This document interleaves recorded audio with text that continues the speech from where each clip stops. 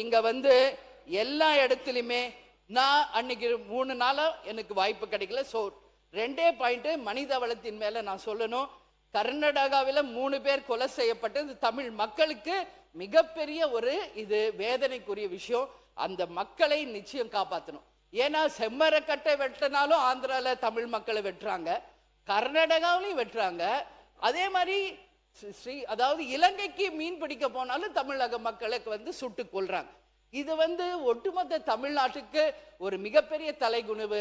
நிச்சயம் தமிழர்கள் எல்லா மாநிலத்திலும் பாதுகாக்கப்பட வேண்டும் என்பதை ஒரு மனித நேயத்தின்படி இந்த அவையில் நான் குறிப்பிடுகிறேன். அதே போல அமுதன் மற்றும் தனுஷ் கொலை நிச்சயம் ஏற்றுக்கொள்ளப்பட முடியாது. அதனால் இளைஞர்கள் தான் எதிர்காலம். போதை கலாச்சாரத்திலிருந்து மீட்டெடுக்க விளையாட்டுத்துறை அவர்களுக்கு மிகப்பெரிய சப்போர்ட் பண்ணும். அவர்கள் இது மாதிரி டைவர்ட் பண்ணி வேலை வாய்ப்பை உருவாக்கி அந்த மாணவர்களையும் இளைஞர்களையும் காப்பாற்ற வேண்டியது இந்த அரசின் கடமை. அதே போல தொடர்ந்து பாலியல் வன்கொடுமை நடக்குது. ஒரு பெண் தலைவராக, ஒரு பெண்ணாக இந்த அவையில் அதை நாம் பேசணும்.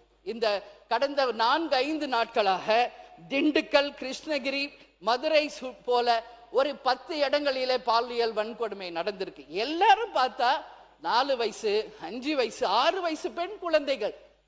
இது எந்த அளவு இது ஒரு கலாச்சார சீர்கழிவு என்பதை மனவேதனையோடு நான் பதிய வைக்கிறேன். இதுக்கு எல்லாமே மாணவர்கள் கொலை, பாலியல் வன்கொடுமை, அத்தனைக்கும் மிக மிக முக்கியமான ரூட் காஸ் என்னன்னா போதை, கஞ்சா போதை, டாஸ்மாக் தான். இது தவிர வேற ஒண்ணும் இல்லை.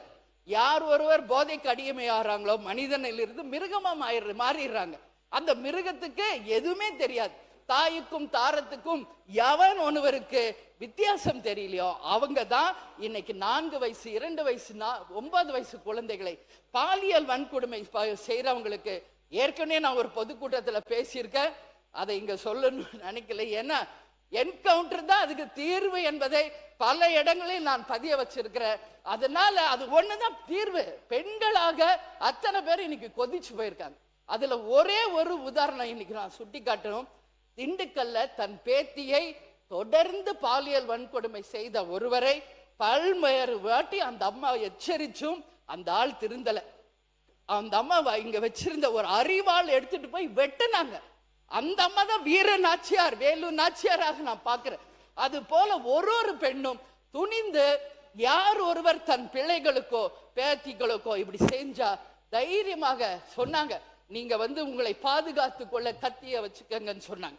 அது போல இனி நம் பெண் குழந்தைகளை காப்பாற்றணும்னா எல்லா தாய்மார்களும் எப்படி புலியவே முரத்தால் அடிச்சு விரட்டின வீர பரம்பரை நம் தமிழ் பெண்கள். அதனால பெண்கள் இந்த பிரச்சனை ரொம்ப சட்டப்பூர்வமாக மிக திறமையான முறையில் மாண்பு முதலமைச்சரும் கையாண்டு கொண்டிருக்கிறார்கள். நீங்க கத்தியை எடுங்க, அறுவாளை எடுங்க என்று அந்த பிரச்சாரத்தை செய்ய ஆரம்பிக்கலானால் அது சட்டத்திற்கு புறம்பாகிவிடும். அந்த வரிகளை மட்டும் நான் அவைக்குள் நீக்கி விடுகிறேன். நீங்க முடிச்சிருங்க. இல்ல சரி, அந்த வேதனை எனக்கு அந்த வேதனையும் நாம் எடுக்க வேண்டிய நடவடிக்கை துரிதப்படுத்தி தீவிரமாக எடுக்க வேண்டும் என்பதை மட்டும் எடுத்துக்கொள்ளலாம். மற்றபடி வன்முறை தூண்டும் விதத்தில் இருக்கின்ற வார்த்தை நான் நீக்கி விடுகின்றேன். மாண்புமிகு உறுப்பினர் சீக்கிரமா முடிங்க. பேரவை தலைவர்கிட்ட நான் கேட்டுக்கிறது ஒண்ணுதான், இதுக்கு என்ன நிரந்தர தீர்வு? அது மட்டும்தான் இங்க எல்லாரும் அது கண்டிப்பா யோசிக்கிறோம். சோ வேற அதுதான் அதுக்கு தீர்வா அப்படின்றத யோசிக்க வேண்டிய ஒரு நிலையில நாம இருக்கிறோம். செய்திகளை உடனுக்குடன் தெரிந்து கொள்ள கீழ்கண்ட கேபிள் மற்றும் டிடிஹெச் நெட்வொர்க்குகளில் எம்நாடு செய்தி தொலைக்காட்சியை காணுங்கள். பாதகம் செய்பவரை கண்டால் நாம் பயம் கொள்ளலாகாது பாப்பா. மோதி மிதித்து விடு பாப்பா, அவர் முகத்தில் உமிழ்ந்து விடு பாப்பா. அண்மை செய்திகளை உடனுக்குடன் தெரிந்து கொள்ள இணைந்திருங்கள் எம்நாடு தொலைக்காட்சியுடன்.